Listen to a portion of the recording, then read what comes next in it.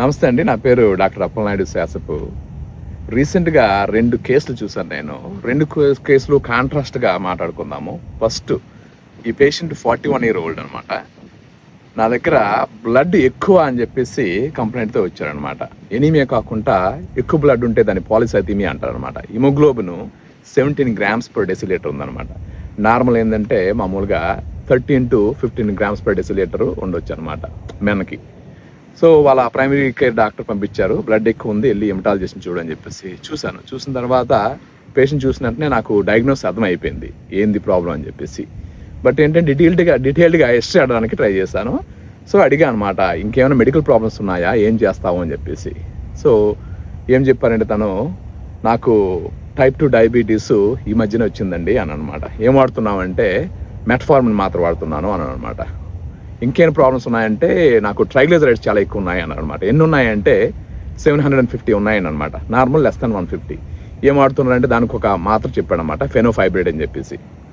Next ఇంకేమైనా problems ఉన్నాయంటే blood pressure కూడా ఎక్కువ ఉంటుంది, 140s ఉంటుంది అంటే బ్లడ్ ప్రెషర్ ఈ మధ్యనే మెడిసిన్ స్టార్ట్ చేశారు, మెట్రోప్రోలాలు అని చెప్పేసి. ఓకే అని చెప్పేసి అనమాట. ఇంకేమైనా ప్రాబ్లమ్స్ ఉన్నాయా అంటే నిద్ర బాగా పడుతుందా అంటే నిద్ర పడుతుంది కానీ మా వైఫ్ కంప్లైంట్ చేస్తుంది, మిడ్ నైట్ బాగా స్నోరింగ్ వచ్చి ఊపిరి ఆపేస్తున్నాం అని చెప్పేసి అన్నాను. సో దాన్ని మరి అబ్స్ట్రక్టివ్ స్లీప్ యాప్ని అంటారు, ఎవరైనా చెప్పారా అంటే మా డాక్టర్ అన్నారండి స్లీప్ స్టడీ చేయాలని చెప్పేసి అన్నారు. సో స్లీప్ స్టడీ చేశాను నేను, సో దానివల్ల రిజల్ట్ ఇంక రాలేదు అంటే నేను అన్నాను, మోస్ట్ లైక్లీ నీకు స్లీప్ యాప్ని ఉండుంటుంది అని చెప్పారనమాట. సో దానికి సిప్యాప్ అని చెప్పేసి వాడుకోవాలి, కనుక రిజల్ట్ వచ్చిన తర్వాత మీ డాక్టర్తో మాట్లాడి సిప్యాప్ మెషిన్ ఒకటి కొనుక్కో అని చెప్పేసి చెప్పాను అనమాట. సో ఇంకేనా ఉన్నాయా ఇష్యూస్ అంటే తను ఏం చెప్పాడంటే వీటితో పాటు నాకు లోవర్ బ్యాక్ ఇష్యూస్ చాలా ఉన్నాయండి, బ్యాక్ పెయిన్ చాలా తినేస్తుంది, దానివల్ల ఈ పెయిన్ అంతా ఈ కాలు కిందకి వెళ్ళిపోయి సైడ్కి అలా వస్తుంది అని అనమాట. ఓకే అవునా, ఏం వాడుతున్నావు మందులు అంటే గాబాపెంటిన్ వాడుతున్నాను అని చెప్పాను అనమాట. సో దానివల్ల కొంచెం రిలీఫ్ వస్తుంది అని చెప్పేసి. ఇంకా ఈ 2 జాయింట్స్ నీ ఆర్థరైటిస్ కూడా ఉంది అని చెప్పారనమాట. సో వీటితో పాటు ఇంకేమైనా ఇష్యూస్ ఉన్నాయంటే మర్చిపోయానండి రీసెంట్గానే నాకు స్టెంట్ పడింది అనమాట. అవునా, నువ్వు 41 కదా అప్పుడే స్టెంట్ పడింది అంటే అవునండి బ్లాకేజ్ ఉందని చెప్పేసి స్టెంట్ వేసారు అన్నారనమాట. ఓకే దానికి మెడిసిన్ వాడుతున్నావు అంటే ఎస్, నాకు ఈ క్లోపిడోగ్రల్ అని చెప్పేసి యాస్పిరిన్ అని చెప్పేసి వాడుతున్నానండి అని చెప్పారనమాట. సో ఓకే, నీకు ఆల్రెడీ 8 మెడికల్ ప్రాబ్లమ్స్ ఉన్నాయి, ఇప్పుడు ఈ బ్లడ్ ఎక్కువ ఉంది కనుక 9 మెడికల్ ప్రాబ్లమ్స్ ఉన్నాయి. ఇంకేమైనా ప్రాబ్లమ్స్ ఉన్నాయా అని చూసుకుంటే తనకి వీటితో పాటు ఒబిసిటీ ఉందండి. ఒబిసిటీ అంటే మనకి ఓవర్ వెయిట్గా ఉంది, తను ఇంచుమించు 150 kgs బరువు ఉన్నారనమాట. సో ఈ 10 మెడికల్ ప్రాబ్లమ్స్తో వచ్చాడనమాట. తన వయసు 41 years అనమాట. సో అవునా, అయితే ఈ మెడికల్ ప్రాబ్లమ్స్కి ఆల్మోస్ట్ నువ్వు ఒక 10 మాత్రలు వాడుతున్నావు కదా, సో నేను ఇంకొక మాత్ర నీకు ఇవ్వాలని నేను అనుకోవట్లేదు, దీనికి సొల్యూషన్ మాట్లాడుకుందాము అని చెప్పాను అనమాట. ఏంటి సొల్యూషన్ అండి, ఎందుకు అసలు నా బ్లడ్ ఎక్కువ ఉంది అంటే నీకు ఎక్కువ టెస్టింగ్ అవసరం లేదు, ఇది స్లీప్ యాప్నియా వల్ల ఈ నెక్ ఎక్కువగా ఉండడం వల్ల నువ్వు రాత్రిపూట బ్రీదింగ్ ఆగిపోతుంది మధ్య మధ్యలో, ఈ టంగ్ బ్యాక్ పడి, దాన్ని అబ్స్ట్రక్టివ్ స్లీప్ యాప్నియా అంటారు. దీనివల్ల ఏమవుతుందంటే ఆక్సిజన్ అందక బోన్ మ్యారో బ్లడ్ ప్రొడక్షన్ పెంచుతుంది, నీకు హెల్ప్ చేద్దామని చెప్పేసి. It's more of a compensatory mechanism కనుక సెకండరీ పాలిసైథీమియా అంటారు.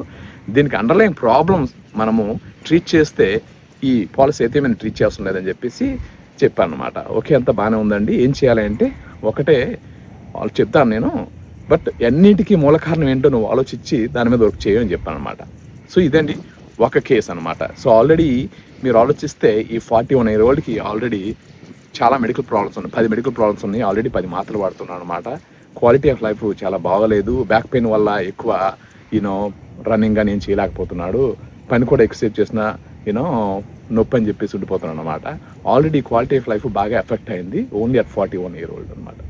ఇప్పుడు చూసుకుంటే ఇది ఇంకొక టైంలో ఇంకొక పేషెంట్ చూసానండి. ఆ పేషెంట్ 30sలో ఉన్నాడు అనమాట. 30sలో ఉండి వెరీ సిమిలర్ కంప్లైంట్స్ ఏంటంటే ఎక్కువ బ్లడ్ ఉంది అని చెప్పేసి ప్రైమరీ కేర్ డాక్టర్ పంపించాడు నాకు. యాజ్ అ బ్లడ్ డాక్టర్ ఏంటంటే ఇటువంటి కేసులు నేను చాలా చూస్తాను అనమాట. సో 32 year old, హిమోగ్లోబిన్ అయితే 18.5 grams per deciliterతో వచ్చారనమాట. సో సేమ్ డయాగ్నోసిస్ చేయడం నాకు పెద్ద కష్టమేం లేదు, బ్లడ్ టెస్ట్ కూడా అవసరం లేదు నాకు, పేషెంట్ చూసి సిచ్యువేషన్ చూసి చెప్పగలను అనమాట. చూసి నేను కూడా తను డయాగ్నోస్ చేసింది ఏంటంటే మెటబాలిక్ సిండ్రోమ్ నీకు ఉంది, నీకు ఒబిసిటీ ఉంది, ఓకే నీకు ఈ స్లీప్ యాప్నియా మ్యాక్సిమం ఉండే ఉంటుంది ఎందుకంటే నెక్ పెద్దగా ఉంది, వెయిట్ ఎక్కువ ఉంది, నైట్ టైం సేమ్ తనకు కూడా స్నోరింగ్ వస్తుంది అని చెప్పాడు అనమాట. ఇంకా ప్రాబ్లమ్స్ ఉన్నాయంటే ఇంకా లేదు అంటున్నారు అనమాట. నాకేం ప్రాబ్లమ్స్ లేదండి, I feel fine, I don't have any pain అంటనమాట. పెయిన్ కాదమ్మా, నువ్వు ఎప్పుడైనా కొలెస్ట్రాల్ టెస్ట్ కానీ షుగర్ A1C టెస్ట్ కానీ చేయించుకున్నావా, ఇంకేమైనా వేరే ప్రివెంటివ్ మెజర్స్ టెస్ట్ ఏమైనా చేయించుకున్నామంటే చేయించుకోలేదండి, ఆ ఓన్లీ 32 కదా, ప్రాబ్లం లేదు. మొన్న వెళ్ళి just CBC blood report only చేయించుకున్నాను నేను, కొంచెము ఫెటీగ్గా ఆయాసంగా ఉంది అంటే హిమోగ్లోబిన్ తక్కువ ఉందని ఎక్స్పెక్ట్ చేస్తే ఎక్కువ ఉంది, అందువల్ల మీ దగ్గరికి వచ్చానని చెప్పారనమాట. సరే నేను అన్నీ చేస్తానని చెప్పేసి చేశారనమాట. చేసిన తర్వాత చూస్తే ఆబ్వియస్లీ ఇవన్నీ పెరుగుతున్నాయి, ట్రైగ్లిజరైడ్స్ పెరుగుతున్నాయి, haemoglobin A1C already pre diabetes స్టేజ్కి వచ్చిందనమాట. అప్పుడు తనకి చెప్పాను, నువ్వు ఇప్పుడు రిలీజ్ అవ్వకపోతే ఇంకొక 5 to 10 yearsలో చాలా మెడికల్ ప్రాబ్లమ్స్ స్టార్ట్ అవుతాయి అంటే ఏం చేయాలి డాక్టర్ గారు అని చెప్పాను అనమాట. అప్పుడు ఒకటే చెప్పాను, నెంబర్ 1 డైట్ వాచ్, ఏం తింటున్నావు చూడు, నీ వెయిట్ ఆల్రెడీ ఒబేసిటీ సైడ్కి వెళ్ళిపోయావు, నువ్వు డెఫినెట్గా 10% ఆఫ్ యువర్ బాడీ వెయిట్ తగ్గించాలి అని చెప్పాను అనమాట. సో తనకి వెయిట్ లాస్ టిప్స్ అన్నీ చెప్పాను, అందరికీ తెలిసినవే చెప్పాను నేను. డైట్, కార్బోహైడ్రేట్స్ తగ్గించుకోవాలి, ప్రోటీన్ ఇంటేక్ పెంచాలి, ఎక్సర్సైజ్ చేయాలి, ఇవన్నీ వర్క్ అవ్వకపోతే ఇంకా హెల్ప్ తీసుకోండి అని చెప్పాను. సో తను డైట్, ఎక్సర్సైజ్ అన్నీ చేశాడు. ఇంకో 3 months తర్వాత వస్తే కొంచెం వెయిట్ తగ్గాడు. నేను అంతా ట్రై చేస్తున్నా కానీ ఇంకా నాకు తగ్గట్లేదు అంటే అప్పుడు మీరు వెయిట్ లాస్ డ్రగ్స్ కూడా ఉన్నాయి కనుక అట్లీస్ట్ హెడ్ స్టార్ట్ లాగా ట్రై చేయండి అని చెప్పాను అనమాట. ఇప్పుడు జెబ్బౌండ్ అని చెప్పేసి, మాంజోరో అని చెప్పేసి, ఈ ఓజెంపిక్ అని ఉన్నాయి కదా. సో తను ప్రైమరీ కేర్ డాక్టర్తో మాట్లాడి తను ఏంటంటే one of these weight loss drugs మీద స్టార్ట్ చేశారనమాట. చేసిన తర్వాత ఇంకో 3 months తర్వాత వస్తే అప్పటికే తను 10% ఆఫ్ బాడీ వెయిట్ తగ్గిపోయిందండి. తగ్గిన తర్వాత సరే అని చెప్పేసి మళ్ళీ బ్లడ్ టెస్ట్లు నేను రిపీట్ చేశాను అనమాట. హిమోగ్లోబిన్ ఈ 18.5 grams per deciliter కాస్త ఆల్రెడీ 16 grams per deciliterకి వచ్చిందండి. ట్రైగ్లిజరైడ్స్ ఎక్కువనివి నార్మల్ అయిపోయాయి అనమాట. హిమోగ్లోబిన్ A1C అంతకుముందు 6.1 ఉండేది, ఇప్పుడు చూస్తే 5.7కి వస్తుంది అనమాట. ఈ విధంగా ప్రతి నెంబర్ కూడా బెటర్ అయిందనమాట ఓవర్ పీరియడ్ ఆఫ్ 6 monthsలో అనమాట. సో తనకు అప్పుడే చెప్పాను, చూడు నువ్వు ఆల్మోస్ట్ ప్రతి మెడికల్ కండిషన్ నీకు రావాల్సిన నీటిలోని రివర్స్ చేయగలిగావు, ఇదే ఇన్స్పిరేషన్గా తీసుకొని కంటిన్యూ చెయ్యు. Weight loss drugs life long వాడాలా అన్న అనమాట. లైఫ్ లాంగ్ వాడాలని కాదు, ఇది గుడ్ హెడ్ స్టార్ట్. తర్వాత అయినా ఇప్పుడు రిలీజ్ అయ్యి నువ్వు డైట్, ఎక్సర్సైజ్ కంటిన్యూ చేసుకుంటే నీకు ఈ 40sలో టెరబుల్ 40s అంటారు అనమాట. ఇవన్నీ diabetes, blood pressure problems, heart attacks ఇవన్నీ వచ్చే ఛాన్స్ తగ్గుతుంది అని చెప్పేసి చెప్పాను అనమాట. సో ఇప్పుడు మీరు చూస్తే 2 కేసులు కాంట్రాస్ట్ చూడండి. ఈ 41-year-old 10 మాత్రలు వాడుతున్నాడు, 10 మెడికల్ ప్రాబ్లమ్స్ సఫర్ అవుతున్నాడు, క్వాలిటీ ఆఫ్ లైఫ్ కాంప్రమైజ్ అయ్యింది, ఓవరాల్గా హెల్త్ బాగా డిటూర్ అయిపోయింది, ఫ్యామిలీ మీద ప్రెజరు, తన మీద ప్రెజరు, ఓవరాల్గా తను లైఫ్ క్వాలిటీ బాగా పడిపోయింది, క్వాంటిటీ కూడా తగ్గుతుంటుందండి. దీంతోపాటు కొత్త ప్రాబ్లమ్స్ కూడా వస్తాయి లైఫ్లో అనమాట, క్యాన్సర్ అటువంటివన్నీ. ఇదే ఈ 32-year-old పర్సన్ ఈ ప్రివెన్షన్ గురించి ఆలోచించాడనమాట. రూట్ కాజ్ ఏందని తెలుసుకుని చేసుకుంటే తను అన్నీ కూడా రివర్స్ చేయగలడనమాట. So prevention is better than cure అని మీరు వినే ఉంటారు. అది ఎప్పటికైనా అది నిజమండి. 10 మాత్రలు వాడుకుంటారా లేదంటే రూట్ కాజ్ మీద వర్క్ చేస్తారనేది ఆబ్వియస్లీ మీకు తెలుసు. కనుక మీరు ఈ స్టోరీలు విని, ఈ రియల్ స్టోరీస్ విని మీరు ఏం చేయాలనుకున్నా ఈ ప్రివెన్షన్ మీద ఆలోచించండి. అందరికీ ఒకే సొల్యూషను పనిచేయదు. మీకు ఏది వర్క్ అవుతుందో చూసుకొని దాని మీద వర్క్ చేయండి.